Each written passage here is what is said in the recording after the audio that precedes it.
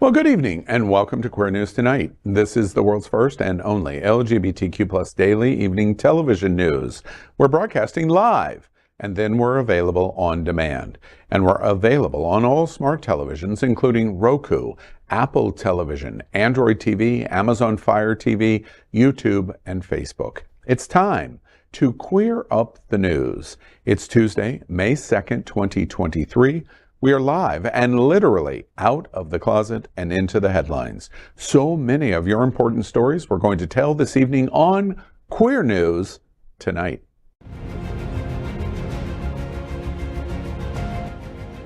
This is the world's first live daily LGBTQ evening news show, literally out of the closet and into the headlines on Queer News Tonight with Al Ferguson.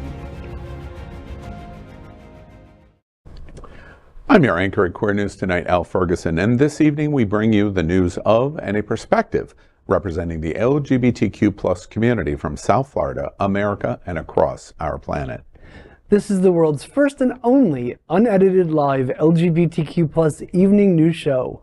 Whatever happens, unique in LGBTQ plus news, you will see it and hear it. Hotspots Magazine Happening Out Television Network is a non-profit 501c3 media company in the same model of PBS and NPR, but designed for the LGBTQ plus community.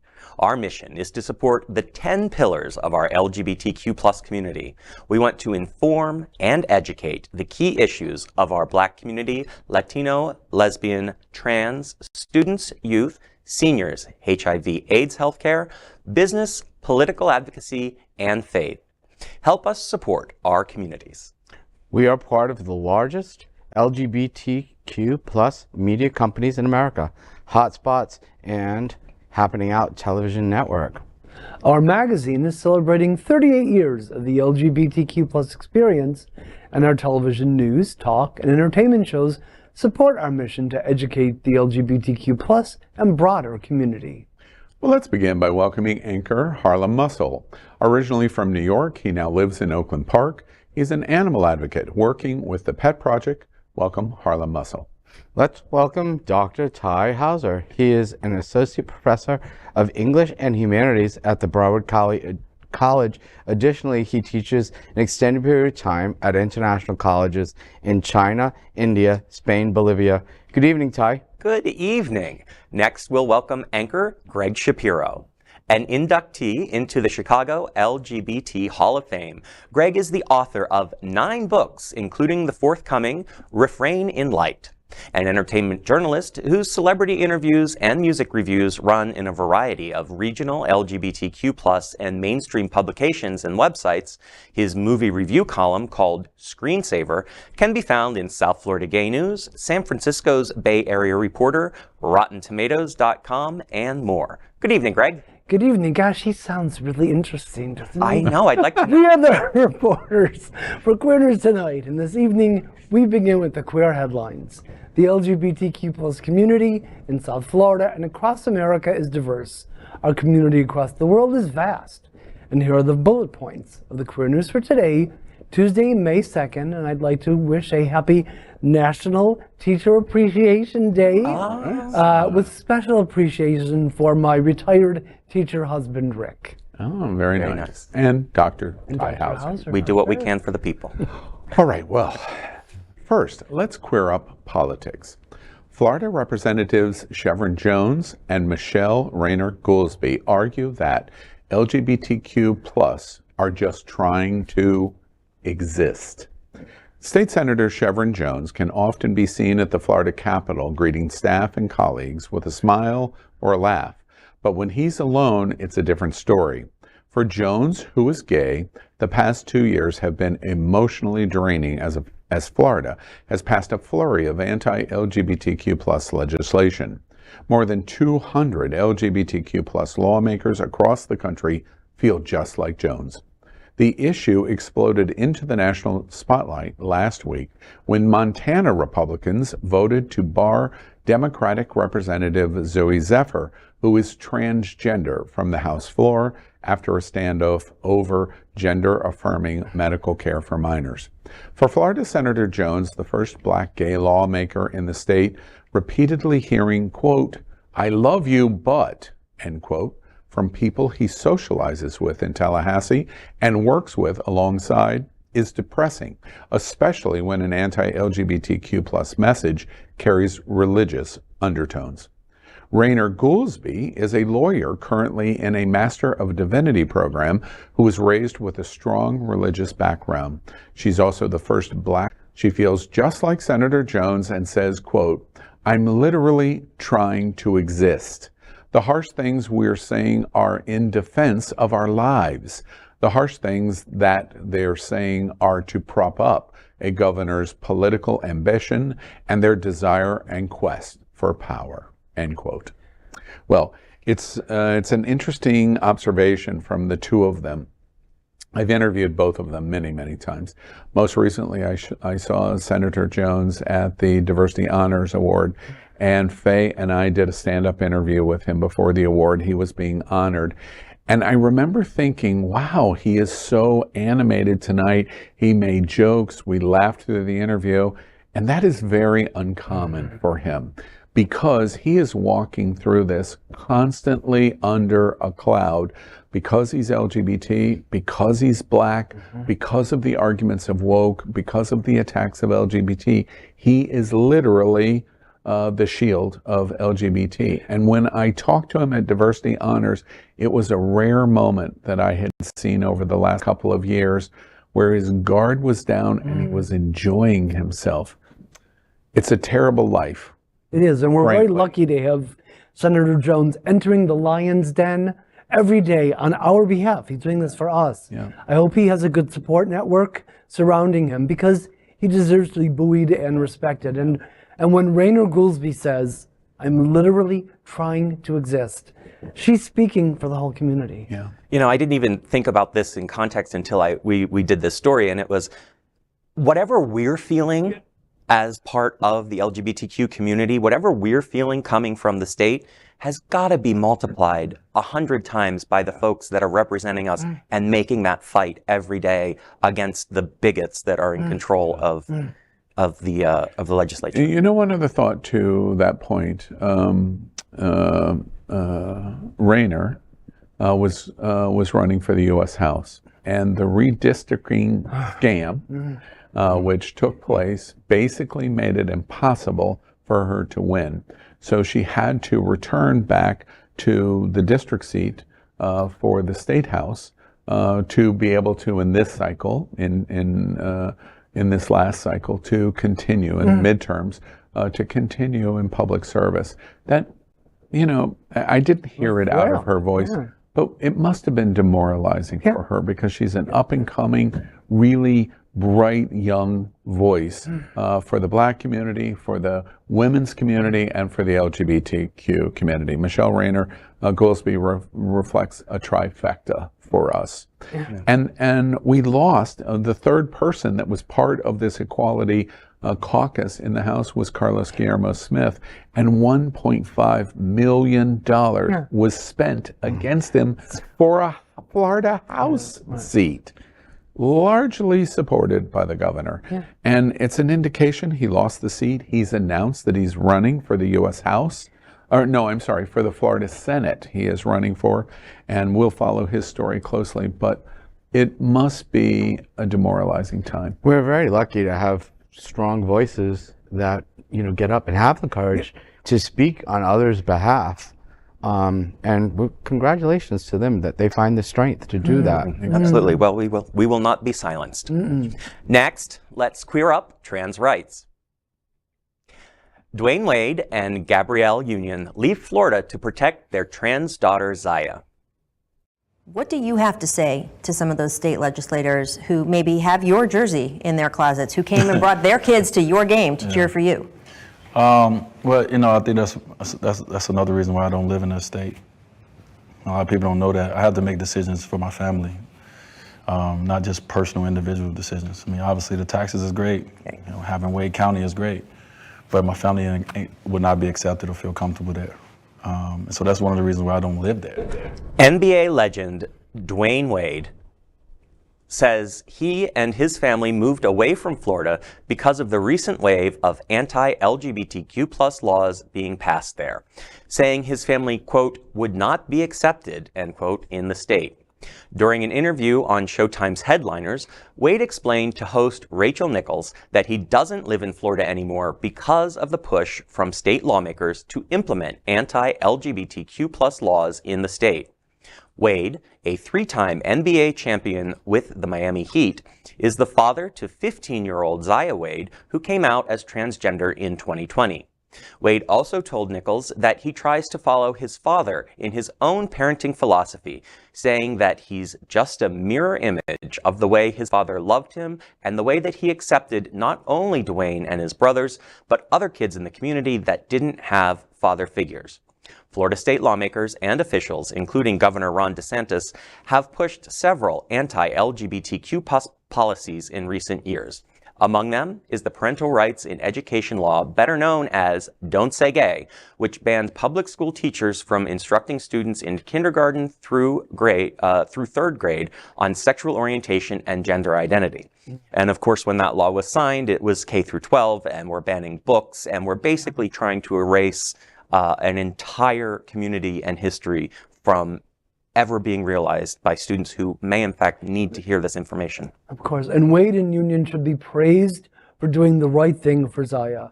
Absolutely. However, part of me thinks that this is just what DeSantis and the Tallahasseholes want. They want to see an exodus by people whose ideologies disagree with them. So I think that they actually like this. I think they want people to leave and they can bring more of their own in.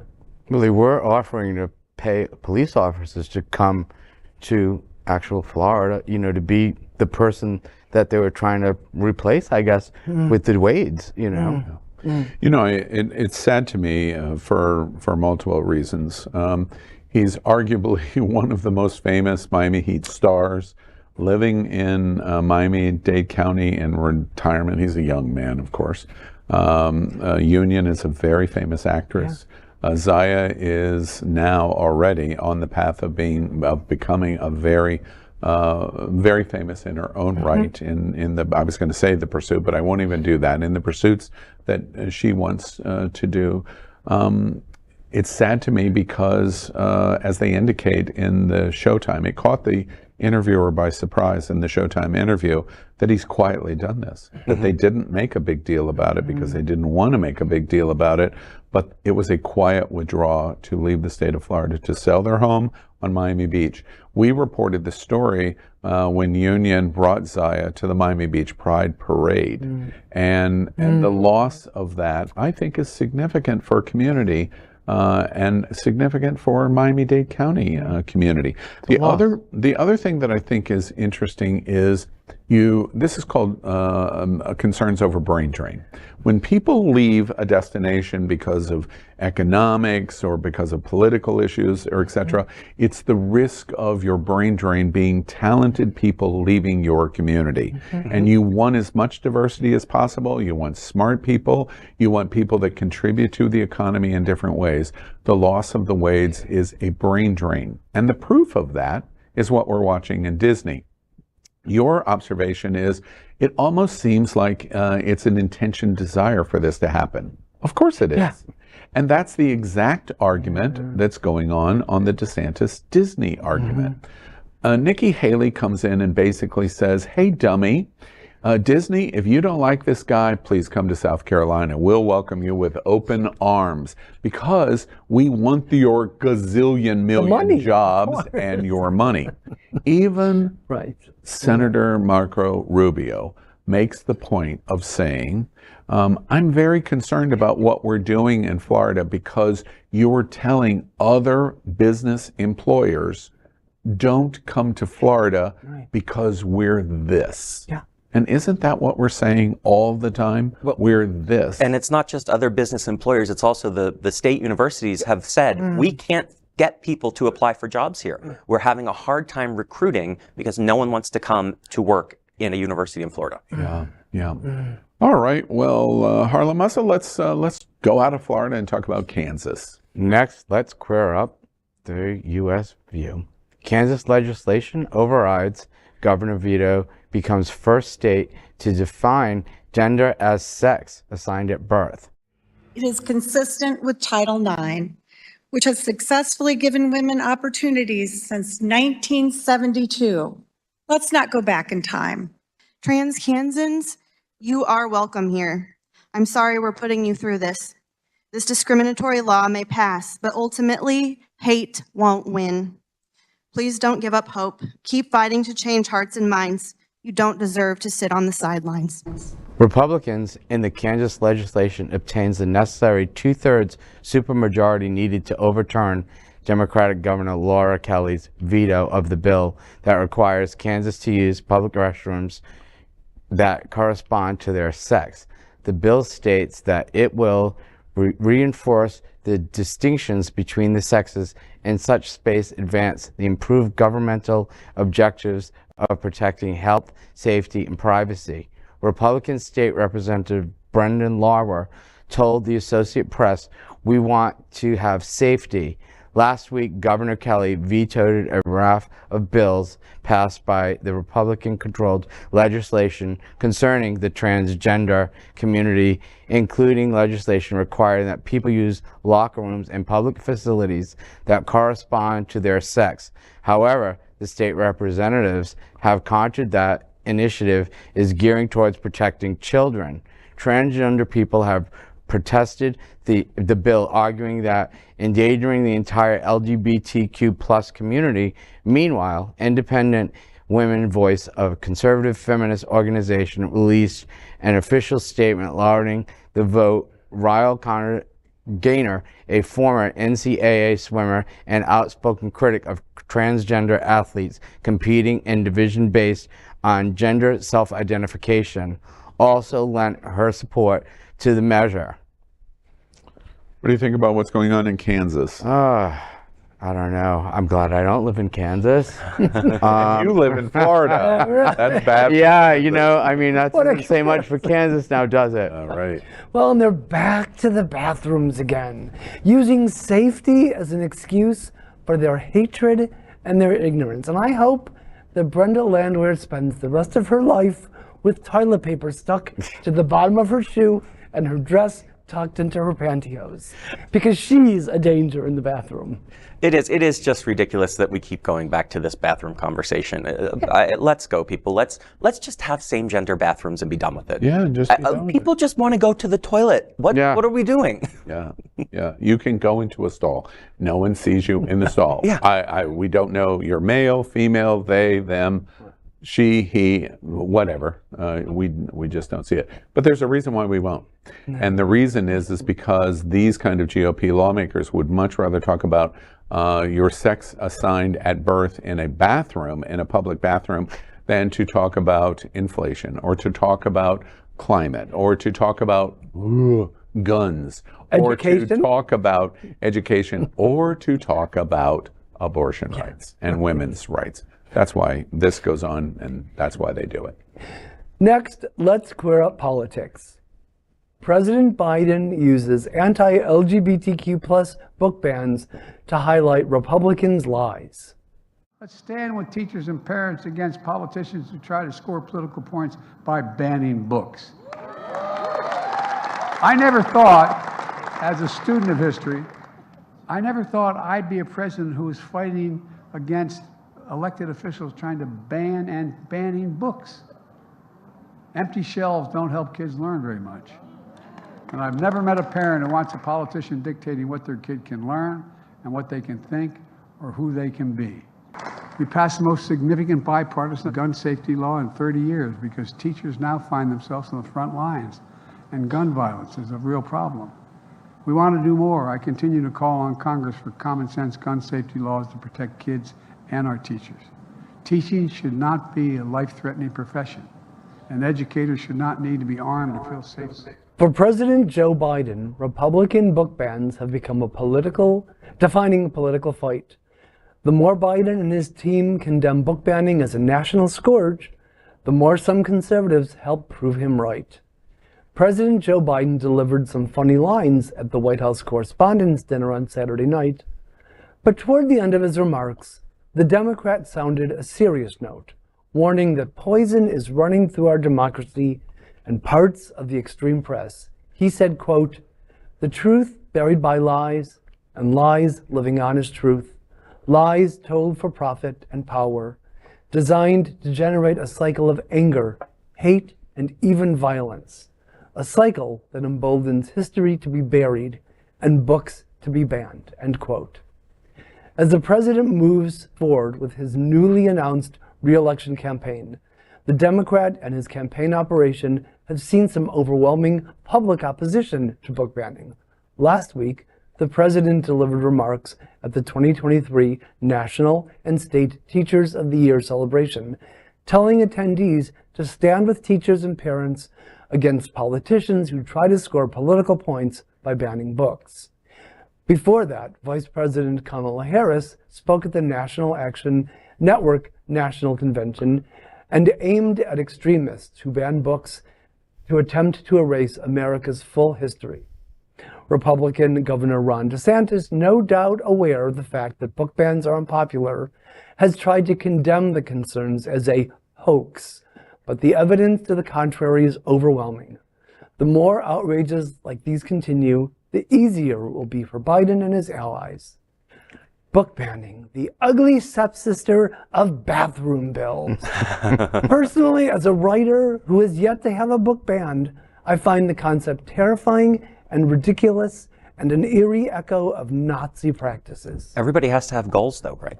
Me. Eerie echo of Nazi practices. Yeah. Woo! Poetic, That's a powerful. poetic, huh? Yeah, that's why you write. Well, and how can DeSantis argue that this is a hoax? I mean, it's literally happening. Mm-hmm. So there's no hoax here. It's happening. So what do we want to do about it?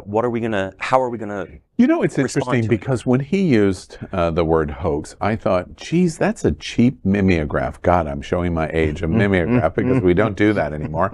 But that was a cheap mimeograph of Donald Trump. He's in a cheap way running off the mimeograph for Fake all news, of those that right? knows it's fake news. Yeah. Right. That's what he's trying to say in the hoax.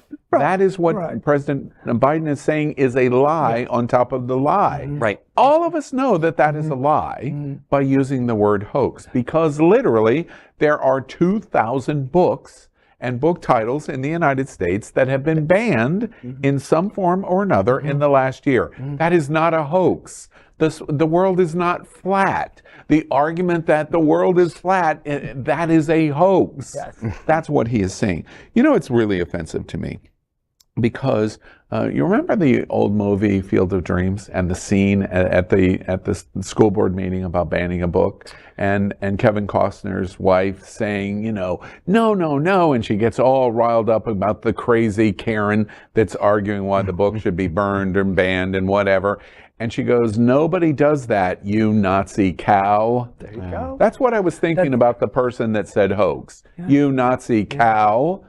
And the other thing that I think is highly offensive is when you make the decision to ban books, you always, you're a professor in a college, you are a writer of 8 books. You always have to worry about who's making the decision to ban the book. Because sooner or later, you're going to fall on the other side of history. Ron DeSantis. McCarthy fell on the wrong side of history. George McGovern fell on the wrong side of history, and we're sad about that. And George Wallace fell on the wrong side of history. That's what's going to happen to you, because other people are going to come in and say, oh, now we're in power, you're banned. Right. And that's exactly what's going to happen. Final thought in terms of books. Tucker Carlson wrote a horrible book. I would defend his book in the library forever. Forever. Books don't get banned. He wrote a book. I didn't even know he could read a book. That's great. Did you know the KKK have a book that they sell as a fundraiser? They wrote a book defending why their philosophy of the KKK even today is worthwhile, and they sell the book. Some bookstores carry it in some places in the South, and you can buy it directly from them, and it's like $29, and it's a fundraiser for the KKK. I defend the KKK having that book. Did Tucker write the foreword to it? He probably did. Book banning is a hoax. Yeah. Oh, wait. No, it isn't. All right, next, let's queer up politics. Trans-Montana lawmaker Zephyr sues the state over removal from the House floor.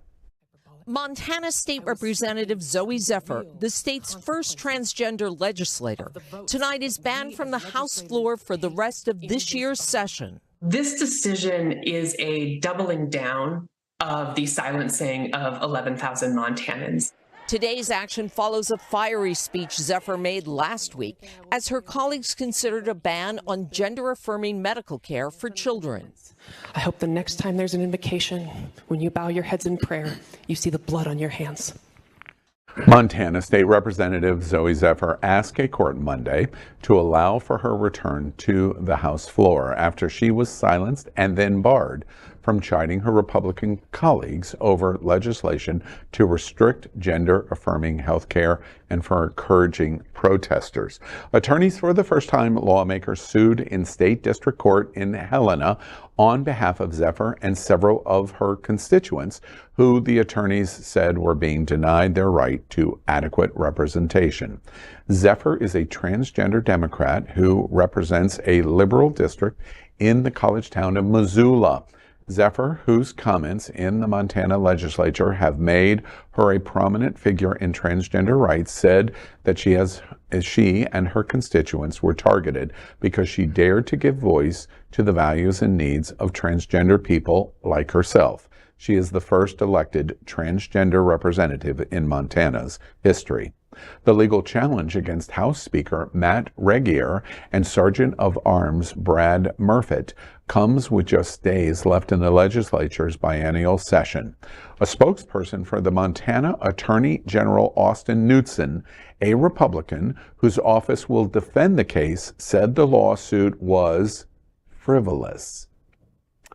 In the declarations filed as part of the lawsuit, residents of the Missoula area said they wanted Zephyr heard in the legislature. Zephyr's attorneys hope to get a ruling as quickly as possible on their request for a temporary restraining order against Regier and Murfitt. Beyond everything else, how does a state legislature or a house make a decision like this? It's unheard of until 30 days ago in Tennessee, when Nashville says, black guy, stop speaking, you're out. Black guy, stop speaking, you're out. White woman who did the exact same thing, you stay. Now we watch it in a different way. Black, white, trans. This is the growing trend here in Montana. Montana's situation is a disgrace, and Montana is going to be embarrassed by it. Here's the reason why. This issue, this first ever trans representative or not, you can't silence the legal representation in your state. And as a result, defending trans rights and her representation of her gender identity, she represents approximately 27,000 residents in the state of Montana. For all intents and purposes, the state legislature has silenced those 27,000 votes through the silencing of the one vote and the one voice. When this challenges out of the ridiculous backwater of Montana, think Alabama in the Northwest. When that happens, it's going to get into a federal court, and even Trump-appointed judges are going to lean to the side of the argument that this is taxation without representation. They're going to lose because you cannot silence your state representative because they represent the people. Yes, they're not a person. Right. They're the people. And in this instance, this representative is 27,000 people in Montana. You're going to lose so badly, and Montana is going to be humiliated in their embarrassment, because the last thing you want to be, Montana, is Alabama. I hope she has good lawyers, yes. The thing is, though, I don't think they care if they win or lose. The idea is what they've done is they've put a divisive wedge in there, and they can run on that next time, and they know that that's going to embolden them within their own constituency, whether or not they're found to be at fault. Yeah, banning books, banning people, that's great. It's the way to go. Sadly, once again, I think we suffer in this country from all.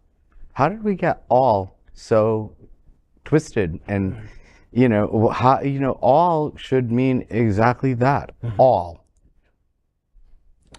All right, well, now we're going to talk about Harlem. We're going to talk about sunshine. Up next, with our special partners with Sunshine Cathedral, the world's largest queer church in Fort Lauderdale, supporting the partnership, we are broadcasting from our permanent set here at Sunshine Cathedral at the Happening Out television studio. We broadcast Sunshine Cathedral's Sunday International Service at 10:30 a.m.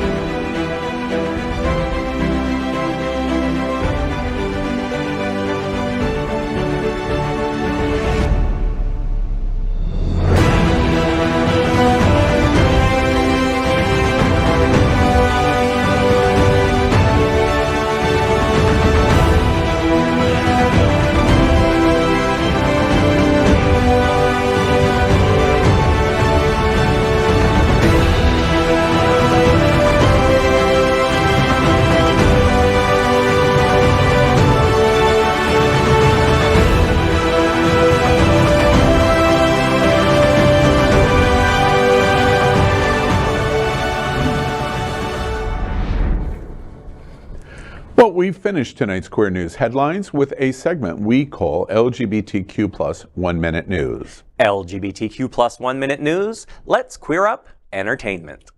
The internet's Slutty Daddy Goes West as first trailer for Strange Way of Life with Pedro Pascal drops. Pedro Almodovar's queer Western film, Strange Way of Life, has released its first trailer.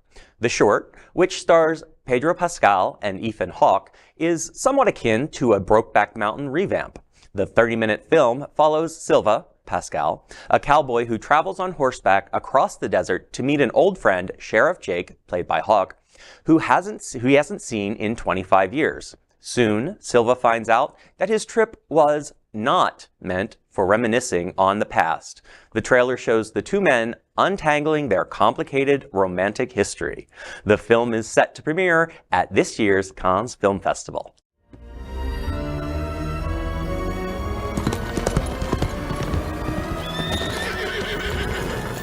She was a whore, Father.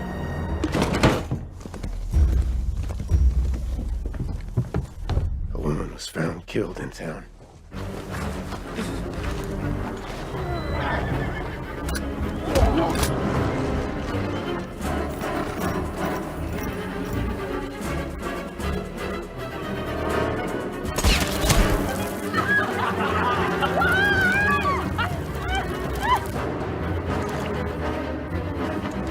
Joe!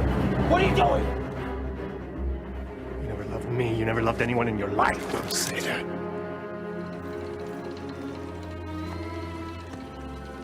Years ago, you asked me what two men could do living together on a ranch. LGBTQ plus 1 minute news. Let's queer up South Florida and Florida headlines. The World Museum presents Meet the Queens Up Close and Personal.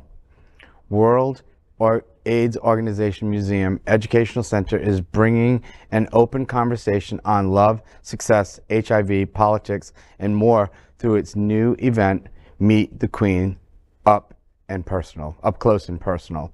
Free vaccination, HIV home test kits will be provided for those who attend by Holy Cross Hospital Health.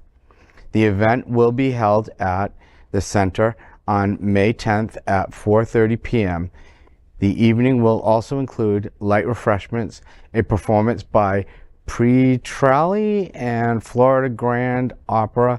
The event is sponsored by our Foundation, Broward Cultural Division, ArtServe, and Holy Cross Health. The panelists of the conversation include T.P. Lords, Daisy Dead Petals, Sasha McNasty, Tiffany Aragulis, and Velvet Lenore. LGBTQ plus 1 minute news. Let's queer up health. Survey from the Trevor Project shows LGBTQ plus youth have worsening mental health in current political climate. I read this survey from the Trevor Project, and really it is just disturbing to see that there are so many LGBTQ young people between the ages of 13 and 24 nationwide who they talked to, 28,000 of them, and released this data today in their annual mental health report. The results show that an accepting environment and access to mental health services can truly be the difference between life and death. And those who I spoke with within the LGBTQ community say the data just doesn't surprise them. I know so many people who have attempted, who have had suicidal thoughts. I think it's shocking, but I think it's the hard truth that everyone needs to know. Alex Carroll has no shortage of stories about the mental health struggles within the LGBTQ youth community. 41% seriously thought about attempting suicide in the past year, according to a new study on mental health from the Trevor Project. I'm in that 41%, and it's once you're in it, it's honestly really hard to get out of it, even if you have a super great support system. Middle school was a really rough time. I personally attempted twice. According to the results of a national survey released by the Trevor Project, about 1 in 3 LGBTQ plus young people surveyed said their mental health was poor most of the time or always, due to legislation and policies targeting the LGBTQ plus community in states across the U.S. Nearly 2 in 3 LGBTQ plus young people said that hearing about potential state or local laws banning people from discussing LGBTQ plus people at school made their mental health a lot worse. The report said that 41% of LGBTQ plus young people seriously considered attempting suicide in the past year, and 56% who wanted help couldn't find it, indicating that access to mental health care is extremely limited for LGBTQ plus youth. LGBTQ plus 1 minute news. Let's queer up South Florida and Florida. Save's Champions of Equality Gala honors community leaders. Save's Champions of Equality Gala will be held on May 14th, 2023 at New World Center, Miami Beach. SAVE is South Florida's longest-serving LGBTQ rights and advocacy organization. Founded in 1993, the organization's stated mission is to promote, protect, and defend equality for people in South Florida who are lesbian, gay, bisexual, and transgender. The 2023 Champions of Equality honorees include Don Hayden, attorney and LGBTQ plus philanthropist; Maria Burris, film producer, director; Marianne Lukacs, attorney; Jennifer Solomon, founder and president of South Miami PFLAG; and Glenn Weinzimmer, founder and chairman of the board, The Smart Ride. Tickets for the gala are available at championsofequality.com. LGBTQ plus 1 minute news. Let's queer up trans rights. Paul Stanley can kiss off. Famous guitarist speaks out against medical treatment for trans youth. As the culture war around basic human rights for trans people continues, KISS singer-guitarist Paul Stanley is sharing his thoughts on best practices for medical care for minors. In a tweet on April 30th titled, "My Thoughts on What I'm Seeing," Stanley wrote that he is concerned about children being given access to gender-affirming care.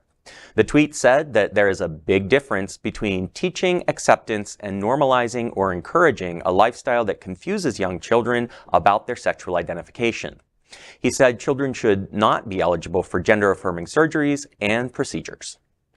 That is today's news for the LGBTQ plus community on the world's first and only daily LGBTQ+ evening news show. If our community is important to you, share this news with your friends and family. Are you, like most of America, part of our very large television audience watching this live LGBTQ+ news broadcast right now on Roku, Apple TV, Android TV, and Amazon Fire TV? Queer News Tonight is the only live LGBTQ+ digital television show in the world that is out of the closet and into the headlines. We need your support. If our community is to grow, we must tell our stories and bring them to the attention of the broader world. This is the only place in the world that tells the types of LGBTQ+ stories in motion and sound. This is the passion of Hotspots magazine, Happening Out Television Network, and Queer News Tonight. I'm your anchor, Al Ferguson, and on behalf of these LGBTQ+ reporters, the anchors of Queer News Tonight, including Dr. Tai Houser, Harlemmuscle, and Gregg Shapiro. We will see you daily at 8 p.m. And to our LGBTQ+ world, we wish you good night. Good night.